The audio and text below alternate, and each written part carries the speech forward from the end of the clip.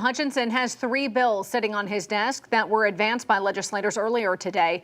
Another bill that would make your vaccination status private information just passed a House committee about 30 minutes ago.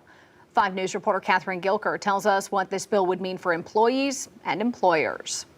Senate Bill 731 would make your COVID-19 vaccination status private information. Under the bill, an employer can't discriminate against a potential employee because they do not want to share their vaccination status. Senator Bob Ballinger of Ozark authored the bill.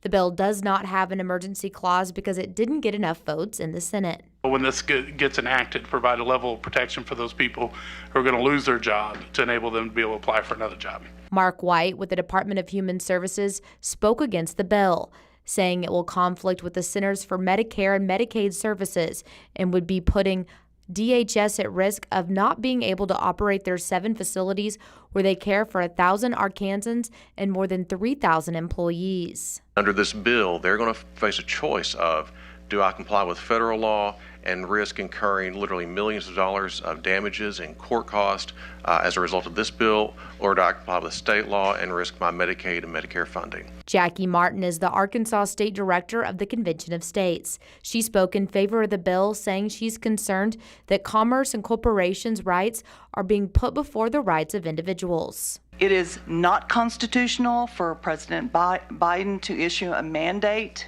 mandating corporations push the vaccine. But he's using that method because he knows it's unconstitutional. And we need to make sure that it stops at the state line. House Bill 1982 and Senate Bill 743, both about redistricting, are sitting on the governor's desk. Both bills would split Sebastian County even more, putting Greenwood in cities south in a different district than Fort Smith. Senate Bill 739, which would allow employees to opt out of COVID vaccine requirements at their job and instead prove they had antibodies or get a weekly COVID-19 test. It's unlikely the governor will make any decisions on those 3 bills this week. Covering news where you live, Catherine Gilker, 5 News.